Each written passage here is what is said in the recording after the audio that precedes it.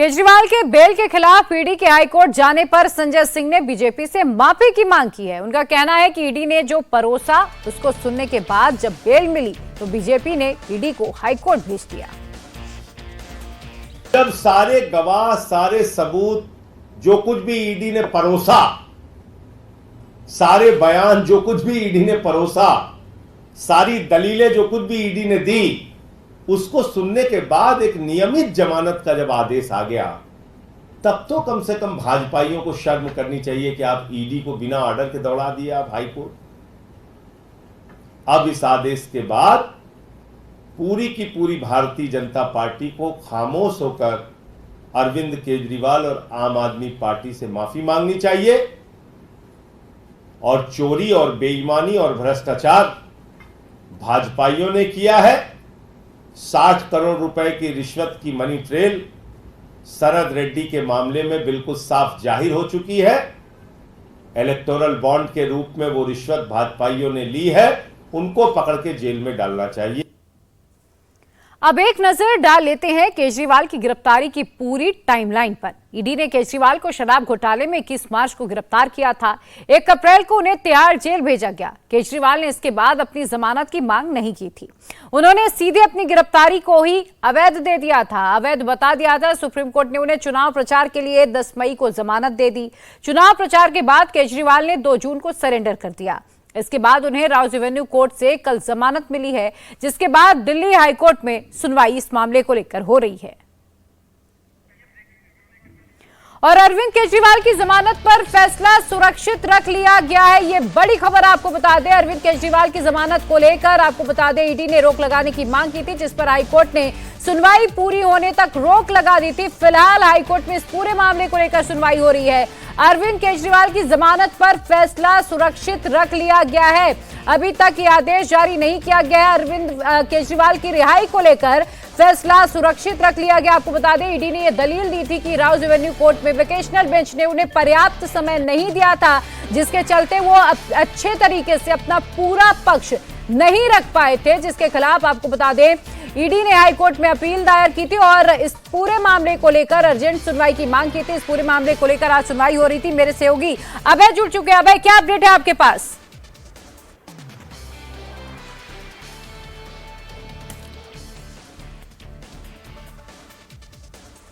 अभय, अब तक आवाज आ रही है? तो आपको बता दें, अरविंद केजरीवाल की जमानत पर फैसला सुरक्षित रख लिया गया है। यह बहुत बड़ा अपडेट है। अरविंद केजरीवाल की जमानत को लेकर फैसला सुरक्षित रख लिया गया है। अरविंद केजरीवाल अभी तिहाड़ जेल में रहेंगे या फिर उन्हें बेल मिल जाएगी, अभी यह सामने नहीं आया है। अरविंद केजरीवाल की जमानत पर सुरक्षित रख लिया गया। आपको बता दें, अरविंद केजरीवाल को इस पर राहत नहीं मिली है। हाईकोर्ट ईडी गई थी और 48 घंटे तक बेल में स्टे लगाने की मांग की थी। जब तक सुनवाई पूरी नहीं हो जाती, ईडी की ओर से यह मांग की गई थी कि अरविंद केजरीवाल को बेल ना दी जाए। स्टे लगाने की मांग ईडी की ओर से की गई थी, जिसे हाईकोर्ट ने स्वीकार कर लिया। अरविंद केजरीवाल को फिलहाल राहत मिलती हुई नजर नहीं आ रही। आपको बता दें, वेकेशनल बेंच की जज न्याय बिंदु ने अरविंद केजरीवाल को कल बेल दे दी थी, जिसके खिलाफ आज ईडी ने हाईकोर्ट में अपील की थी, जिस पर आपको बता दें सुनवाई हो रही थी। मेरे सहयोगी अभय जुड़े हुए हैं। अभय, सस्पेंस बढ़ता जा रहा है। अरविंद केजरीवाल को फिलहाल राहत नहीं है।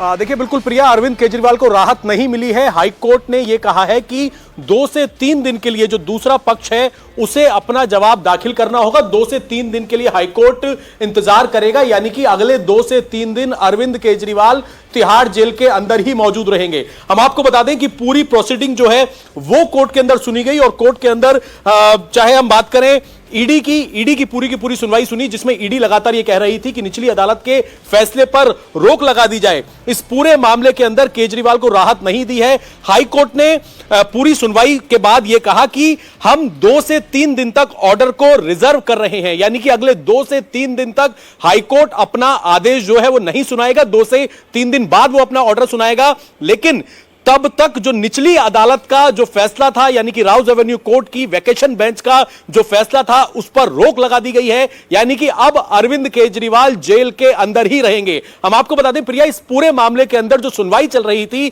कल जिस तरीके से जमानत दे दी थी, रेगुलर जमानत अरविंद केजरीवाल को, उसके बाद आज तमाम तरह की प्रक्रिया होनी थी, जिसमें बेल बॉन्ड भरा जाना था, फिर ऑर्डर जाता। लेकिन ईडी की टीम जैसे ही आज सुबह हाईकोर्ट पे पहुंची, हाईकोर्ट पे पहुंचने के बाद सबसे पहले हाईकोर्ट ने यह बात कही थी कि हमारे पास फाइल आने दीजिए, तब तक जब तक हम सुनवाई नहीं करते हैं, जब तक इस पूरे मामले पर स्टे है, यानी कि निचली अदालत के आदेश पर स्टे है। इसके बाद हाईकोर्ट ने पूरी सुनवाई इसके अंदर सुनी, जिसमें ईडी ने अपनी दलीलें रखी और यह कहा कि किस तरीके से अरविंद केजरीवाल का रोल इस पूरे शराब घोटाले में है, उनको जमानत नहीं दी जानी चाहिए। और हमारा पक्ष जो है वो जो राउज एवेन्यू कोर्ट है, उन्होंने हमारा पक्ष नहीं सुना। हमें अरविंद केजरीवाल की जमानत का विरोध करने के लिए 48 घंटे का समय चाहिए था और इसमें कहीं ना कहीं पीएमएलए के सेक्शन का उल्लंघन हुआ है। सरकारी वकील का जो बात है, सरकारी वकील का जो जवाब है, उसको नहीं सुना गया, लेकिन यह आदेश दे दिया गया। इसके बाद अरविंद केजरीवाल के वकील, चाहे अभिषेक मनु सिंघवी की बात करें या जो दूसरे वकील हैं, उन्होंने अपनी दलीलें दी और उन्होंने भी कहा कि निचली अदालत का फैसला सही है, अरविंद केजरीवाल कोई आतंकवादी नहीं है, अगर वो बाहर आ जाएंगे तो धरती नहीं हिल जाएगी।